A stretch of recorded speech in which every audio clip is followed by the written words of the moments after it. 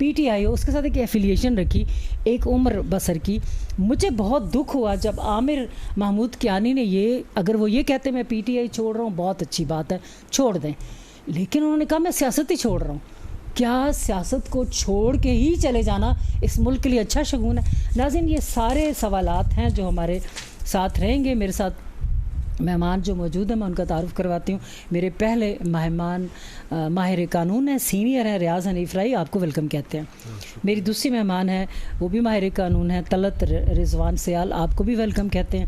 میرے جو تیسرے مہمان ہیں وہ عوام کی نمائندگی کرنے کے لیے موجود ہیں، تجزیہ کار ہیں محمد عبدالوہاب، آپ کو بھی ویلکم کہتے ہیں. Thank you. ریاض صاحب، سب سے پہلے آپ سے ہی کہیں گے کہ ملک کی سلامتی کے تمام معاملات اہمیت رکھتے ہیں، ان پر بحث نہیں کرتے. تمام حساس عمارتیں کیا تو تمام یہ ہمارے لیے محترم ہے، مگر کیا پچھلے کئی دنوں سے سیاستدانوں نے اس کی آڑ لی ہوئی ہے اور وہ سارے ہی بچ بچا کے اپنے آپ کو فرشتہ بنانا شروع کر دیں. ان معاملات میں سیاستدانوں کو آڑ لینی چاہیے. بسم اللہ الرحمن الرحیم. دیکھیں، ریاستی معاملات بہت ہی سنجیدہ معاملات ہوتے ہیں، یہ کوئی بچوں کا کھیل نہیں ہے. لیکن جو کچھ پلے کیا جا رہا ہے عمران خان کی طرف سے، حکومت کی طرف سے، عدلیہ کی طرف سے، یہ امیچور حرکتیں ہیں. ٹھیک ہے. عمران خان بھی کہ جی بس ملک کے سارے مسائل کا حل یہ ہے کہ فری اور فیئر الیکشن کرا دیں. کیا ضمانت ہے کہ 21 ارب روپیہ لگا کے الیکشن کرا دیں اور آپ ریفارم لے آئیں، یا آپ کو لائے عمل ہے تو سامنے لے آئیں، بتا دیں. ان معاملات پر بات چیت ہونی چاہیے جی. لیکن سیاستدانوں نے ملک کے اہم معاملات کے اندر پناہ لے لی ہوئی ہے. جی میں عرض کرتا ہوں، ملک کی سلامتی، فوج الگ چیز ہے، سیاستدان الگ چیز ہے.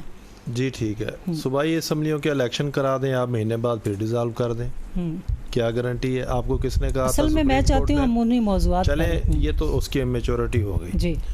اب اسی طرح سے حکومت کے سائڈ پہ آپ دیکھ لیں کہ انہوں نے اس کیس کے اندر، القادر ٹرسٹ کیس کے اندر، عمران خان کی گرفتاری سب سے آخر میں بنتی تھی، انہوں نے سب سے پہلے اس کی کر دی. وہ تو کہہ رہے ہیں نا ایک خاص شخصیت کا نام لیا جا رہا ہے اور وینم سامنے آ گیا، لا کی انفورسمنٹ تو نہ رہی. پھر یہ اگر پیسے 190 ملین پاؤنڈ گورنمنٹ کو آئے تھے، کیبنٹ نے منظوری دی اور غلط منظوری دی. اچھا، اصل میں یہ معاملہ ہم بحث کر چکے رائے صاحب، میرے بہت احترام سے یہ بات کر رہی ہوں کہ پچھلے دنوں سے مسلسل یہ ہو رہا ہے کہ ہمارے جو ملکی سلامتی کے اہم معاملات ہیں سارے، جن پر آپ بھی راضی ہو کہ ان کو نہ لیں، اس کی آڑ میں سیاستدان بھی وہی بیانیاں دے رہے ہیں. دیکھیں، ہم ان اپنے مقدس اداروں کی، اہم اداروں کی حرمت کا احترام کریں، لیکن سیاستدانوں کو مقدس کیسے کوئی بنائے گا؟ ان پہ تو عوام تنقید کرے گی نا کہ آپ کیا کر رہے ہیں، اتنی مہنگائی کی ہوئی ہے، روزگار کے مواقع نہیں ہیں، آپ نیا کوئی جابز نہیں دے رہے، تو آپ بھی اب اگر اسی خانے میں گھس کے سر چھپا لیتے ہیں تو یہ کوئی وے ہے ہمارے سامنے؟ پھر عوام کدھر جائے گی؟ دیکھیں، ابھی آپ عامر کیانی کی مثال دے رہی تھی کہ وہ سیاست ہی چھوڑنا چاہتے ہیں، تو کیا پتہ وہ اس سیاسی نظام سے بدظن ہوں، یہ تو ان کو پتہ ہے کہ وہ یہ سیاست کیوں چھوڑنا چاہتے ہیں. اس سیاست کے بارے میں تو عمران خان صاحب خود کہتے ہیں کہ 1% طبقے کو نمائندگی دیتا ہے، باقی 99% طبقہ محرومی کا شکار ہے. تو یہ تو کچھ لوگوں کو پروٹیکشن دینے کے لیے، جب ان کو پروٹیکشن جاتی ہوئی نظر آتی ہے بیرون ملک چلے جاتے ہیں. یہ کوئی سسٹم بھی نہیں ہے، نہ اس سسٹم میں سے کبھی کچھ نکل سکے گا، نہ نکلا ہے اور نہ یہ ممکن ہے. چلیں ہم اس کو بھی شامل کر لیں پھر آپ سے دوسرے سوال پہ. رائے صاحب، میں کہہ رہی ہوں مہمانوں کو تھوڑا سا طلعت، سیاستدان، ملک کی سلامتی، ہماری افواج، ہمارے سارے وہ ساری سلامتی کے امور جن سے اگر ہم بات کریں تو دشمن کو فائدہ ہوتا ہے تو دشمن کو فائدہ نہیں ہونا چاہیے، لیکن سیاستدان کس جیب میں، وہ کیوں اس آڑ میں، اس بیانیے میں گھستے چلے جا رہے ہیں؟ بسم اللہ الرحمن الرحیم. السلام علیکم. Thank you very much for invitation. اور جہاں تک ابھی میں نے آپ کی تمام باتیں سنی اور ابھی آپ نے سیاستدانوں کی بات کی، تو انفارچونیٹلی پاکستان 1947 جب سے بنا ہے تب سے لے کے آج تک یہی ہوتا آ رہا ہے. ہمارے جو عوام ہے ان کا جو ایک ووٹ کا حق ہے، اور یہ پاکستان جو ہے یہ عوام کے لیے بنا تھا، قائد اعظم نے عوام کے لیے بنایا تھا، ہمارے لیے بنایا تھا کہ ہم لوگ یہاں پہ آزادانہ زندگی گزار سکیں.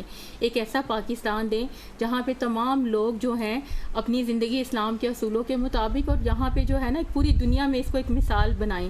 لیکن ہوا کیا ہے آج کہ آج ہمارے لوگوں سے جو ہے نا روزگار چھین لیا گیا، ان سے آزادی بات کرنے کا جو ہے وہ اپنی expression, freedom of expression in سے وہ چھین لیا گیا. ہمارے بہت ہمارے بہت محترم دیکھیں اصل میں ہم لوگ اتنا ڈرے ہوئے ہیں نا کہ ہم لوگ ڈر کے دیکھیں نہیں آپ ڈر کے نا مذہب کے خانے میں ہم سب جا رہے ہیں. اللہ نے یہ کہا, رسول نے یہ کہا, مذہب یہ کہتا ہے, ہم ڈرے ہوئے لوگ ہیں نا بھائی.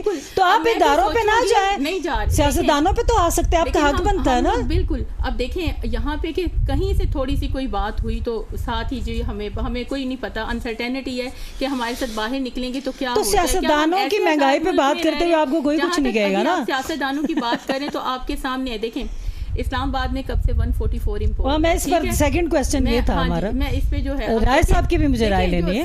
سب لوگوں کے لیے قانون جو ہے نا, آئین سب کے لیے ایک جیسا بالکل, قانون سب کے لیے ایک جیسا ہے. رول آف لا جو ہے وہ ہمارے ملک میں موجود ہونا چاہیے. ابھی آپ کے سامنے ہمارے ساتھ کیا ہو رہا ہے, ادارے ہیں نا, اداروں کی عزت بالکل, اداروں کی جتنی عزت ہونی چاہیے اتنی عوام کی بھی عزت ہے. دیکھیں یہ تو ہم نے آپ کو پوائنٹس دیے نا, طلب نہیں کسی ایک موضوع پر رہے نا. ہاں جی بالکل, دفعہ 144 پر رہے, 144 پہ آ وہ سب نے, وہ کوئی بھی سیاسی پارٹی ہو اس کو احترام کرنا. اب کیا ہوا, آپ کے سامنے سارے حالات ہیں کہ 144 پہ جس وقت عمران خان صاحب جو ہیں وہ اپنی پیشی پہ آتے ہیں تو ان کے ساتھ چلیں کچھ لوگ آ جاتے ہیں اپنے لیڈر کے لیے. جب یہ لوگ آتے تھے ان کے لیے بھی آیا کرتے تھے. ان پہ 780 لگا دی جاتی ہے, ان کو دہشت گرد قرار دے کے اور ان کو جیل میں بھیج دیا جاتا ہے. ٹھیک ہے, اور بلیو می 14 ایئرس کے بچے, 16 ایئر, کیا وہ دہشت گرد ہے؟ 14 سال کے بچے نے 1 مہینہ جیل میں وہ رہا ہے, تو کیا وہ دہشت گرد ہے؟ اور ابھی پھر اتنے زیادہ لوگ اریسٹ دھڑا دھڑ, صبح پتہ چل رہا ہے, دوپہر کو کالز آ رہی ہیں, رات کو کالز آ رہی ہیں. اور ابھی آپ کے سامنے شہریار افریدی کو جس طریقے سے ابڈکٹ کیا گیا اور ساتھ ساتھ ان کی مسز کو بھی وہاں سے لے لیا گیا. آپ یہ بتائیں کہ مولانا فضل الرحمان جب آئے, میں یہاں سے اس طرف آتی ہوں, یہ ہو گیا, یہ سب ہو گیا. ٹھیک ہے, اس کے بعد مولانا فضل الرحمان کی بات کرتے ہیں تو 144 ہمارے لیے, یہ سب ان کی جو میں نے شروع بات کی اس لیے کہ اسی کیس میں کہ خان صاحب آئے انہی کی سزا بھگت رہے ہیں نا, کہ 3 MPO کر دیا, فلاں کر دیا, یہ ان کو اٹھاتے جا رہے ہیں. اب جب اس کے بعد ایٹ دا سیم ٹائم جب مولانا فضل الرحمان آتے ہیں, آ کے جی گیٹ توڑ رہے ہیں, گیٹ پہ چڑھ رہے ہیں, وہ آپ کے بارے میں پوری دنیا نے رانا ثناء اللہ جو ہیں, رانا ثناء اللہ جو کہتے تھے کہ میں, دیکھیں سیاستدانوں کو, رانا ثناء اللہ کہتے تھے میں پھینٹا لگاؤں گا. ہاں, مریم صاحبہ وہاں پہ اسپیچز کر رہی ہیں, سپریم کورٹ کو برا بھلا کہہ رہی ہیں. دیکھیں بات یہ ہے کہ سپریم کورٹ جو ہے ایک سپریم انسٹیٹیوشن ہے, اور اس کی آنر, اور ہمارے لیے آنریبل ہے, اور اس کی رسپیکٹ ہے. اسی طرح پارلیمنٹ ہے تو ایک ادارہ ہے, وہ ہم بالکل, ہم پارلیمنٹ کی بھی ہم اتنی ہمارے لیے مقدس ہے جتنا سپریم کورٹ ہے. وہ وہاں پہ آ کے, جب وہ آ کے وہاں پہ ان کے پکارتی ہیں supreme court, justice, chief justice, تو ان کے اوپر جو ہے کوئی قانون کا نفاذ نہیں ہوتا. اور اسی طرح اگر ہمارے PTI میں سے پاکستان تحریک انصاف یا کسی بھی اور کوئی آ کے بولتا, آپ یا میں بولیں گے, تو ہمارے اوپر جو ہے نا ساتھ ہی کانٹیمپٹ بھی لگ جاتی ہیں.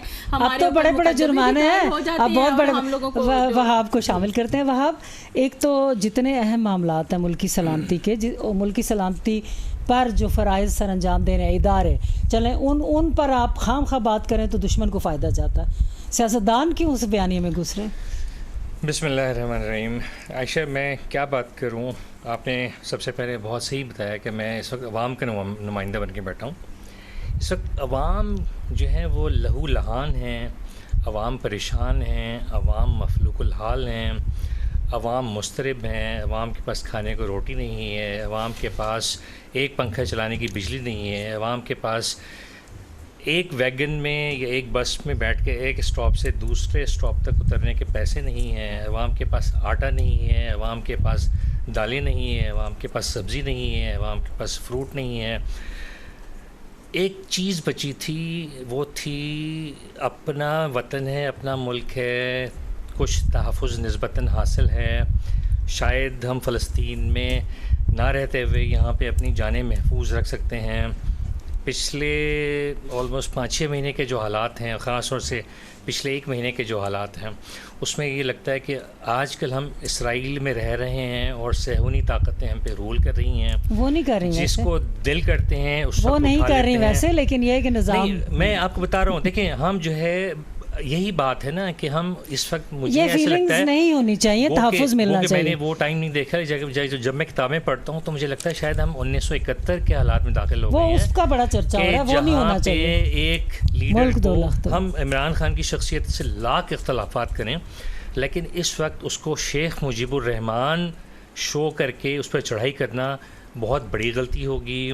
اس کے حمایتیوں کو بنگالیوں کی قرار دے کر ان پہ چڑھائی کرنا. دیکھیں ہمارے پورے پاکستان سے اس وقت تقریباً 6000 عام افراد کو اٹھا لیا گیا ہے. ان کا گناہ یہ ہے کہ وہ پی ٹی آئی کے سپورٹرز تھے. ہم انتہائی پرزور الفاظ میں مذمت کرتے ہیں. نہیں, ہم پہلے مذمت کرتے ہیں 9 مئی کے واقعات کی جو تقریب کاروں نے کیا. لیکن دیکھیں بات یہ ہے کہ آپ راستے بھی کھلے نہیں ملنے چاہیے تھے, لیکن یہ ہے کہ وہ ہونا بھی نہیں چاہیے, اس کو کسی صورت میں حمایت نہیں کی جا سکتی. قتل ہوتا ہے نا, ایک قتل کے پیچھے ہمیشہ محرکات بھی دیکھے جاتے ہیں کہ کسی نے کس کو کس حد تک پرووک کیا.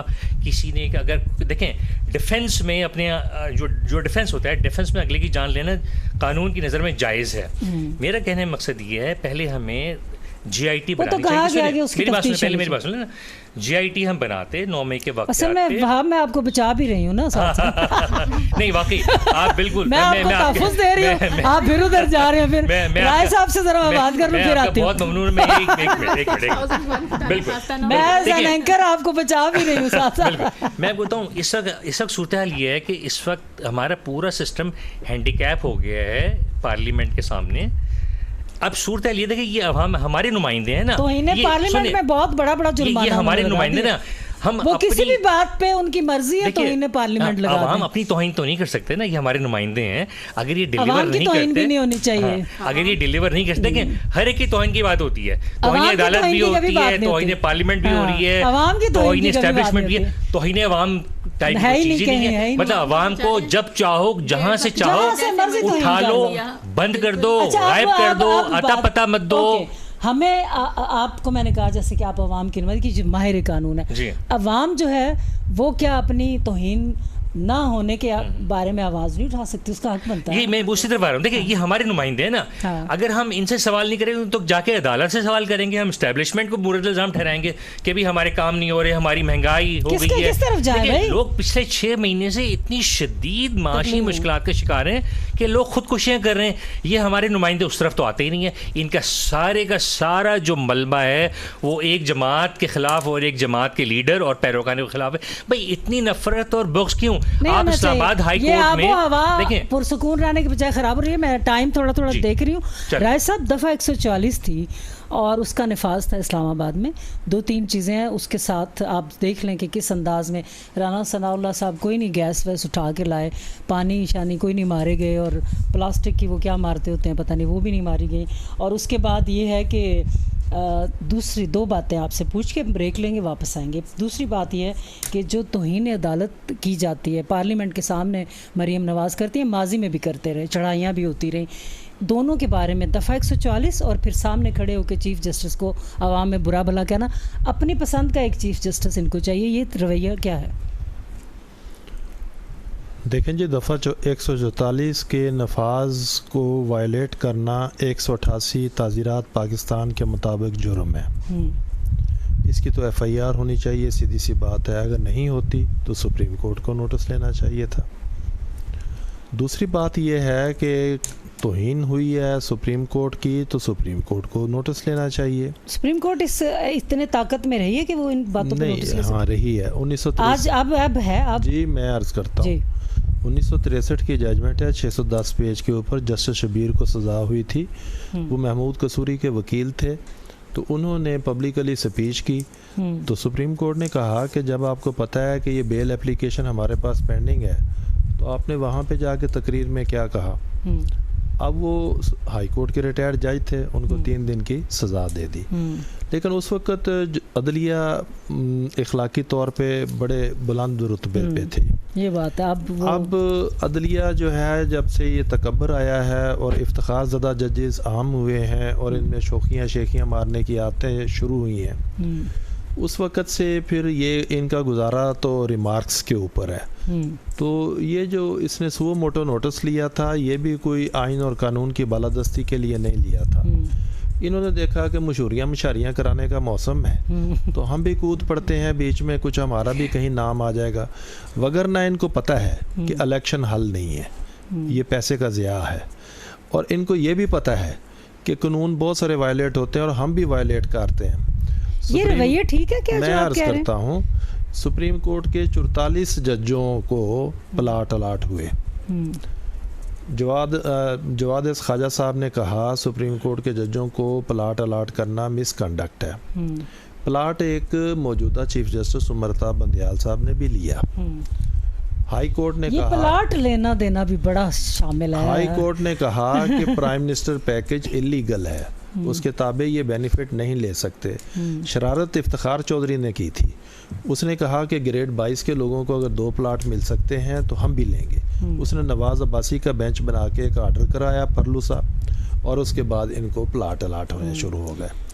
پارلیمنٹ کے اندر بھی تھوڑے فائدے ہوتے ہیں. میں عرض کرتا ہوں قانون بہت سارے ہیں جو اصل میں دفعہ دیکھیں ہمیں آگے بڑھنا, دفعہ 144 پر بات کرنی تھی, اور دوسرا جو سپریم کورٹ کو للکارا جاتا ہے اس کے سامنے. دیکھیں للکارا تو اب ان کا اختیار ہے, اگر وہ اختیار استعمال نہ کر سکیں اپنا تو پھر ان کی بے بسی ہے نا, پھر تو ان کے اندر اس کا مطلب ہے کہ گلٹ ہے.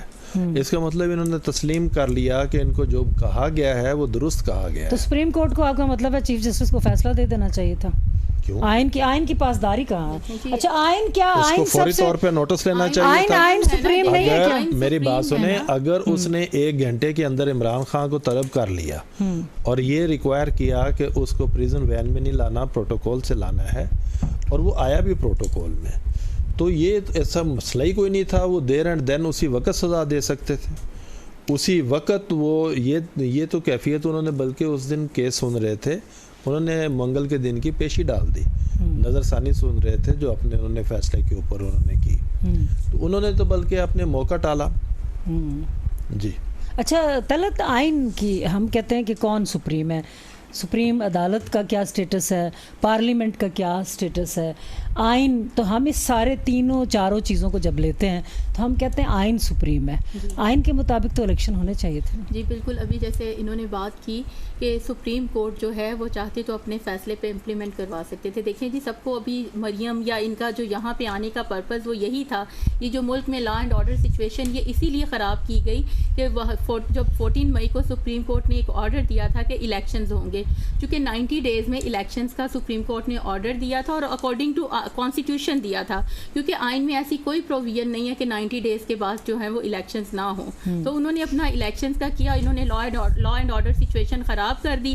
آپ کے سامنے ہی ہے جو تمام حالات کی, اور آ کے پھر یہاں پہ اسلام آباد میں آ کے قبضہ کر کے اور وہ دھرنا دے کے اور یہاں پہ آ کے جو کچھ کیا, صرف سچویشن ساری لا اینڈ آرڈر خراب کرنے کے لیے کیا, تاکہ جو چیف جسٹس صاحب ہے وہ یہ کہہ سکیں کہ اس وقت ان حالات میں جو ہے نا جو پاکستان ہے وہ الیکشن جو ہے وہ نہیں کروا سکتے. تو انہوں نے پھر اپنی ایک اسٹیٹمنٹ وہ دے بھی دی حالات کو سب دیکھتے ہوئے, حالانکہ ایسا نہیں ہونا چاہیے تھا. دیکھیں اب ہمارے ملک میں 90 ڈیز کیئر ٹیکر کا ہوتا ہے, ٹائم ہوتا ہے. اب وہ ابھی تک وہ کس طرح, وہ کیا آئینی طور پہ وہاں پہ بیٹھے ہوئے ہیں, پنجاب میں حکومت کر رہے ہیں, یعنی کہ آئین کی تو ہر جگہ پہ دھجیاں جو ہیں وہ بکھیر دی گئی ہیں. اب دیکھیں کتنا ڈسکرمنیشن ہے, 144 کی وائولیشن پہ 780 کے تحت دہشت گردی کے پرچے ہو رہے ہیں, اسی 144 کی جو اس کی جو وائولیشن ہے اس کے تحت دوسرے لوگ ہیں ان کو پروٹوکولز دے رہی ہیں, اور حکومت کے ساتھ مذاکرات کر رہی ہے. یہ بھی پہلی دفعہ دیکھنے میں آیا, اپنے ہی لوگ ہیں, اپنے ہی لوگوں کے خلاف آ کے جی وہ پروٹیسٹ کر رہے ہیں, اور اس کے بعد وہ انہیں جو ہے عزت کے ساتھ ان کو واپس بھیجا جا رہا ہے. اور کسی ایک پہ کوئی ایک کیس بنا ہو, کوئی پولیس نے انہیں روکا ہو, کوئی راستے بند کیے گئے ہوں, سب کے سامنے ہے. اس کو تو ہمیں ایکسپلین ویسے ایک بات جو اچھی لگی وہ ہمارے سرینا کی طرف سے, یہ جتنے آئے تھے ہمارے مہمان خاکسار, اور وہ بڑے انوسینٹ اور بیچارے ان کو کچھ پتہ نہیں تھا. وہ یہاں ایک آدھ تو کہہ رہے تھے ہم اس پارٹی کے ساتھ ہیں, اس پر بڑے معصوم سے تھے وہ سارے, وہ بس ہاں وہ مدرسے کو بچے تھے اور وہ غریب گھرانوں کے بچے.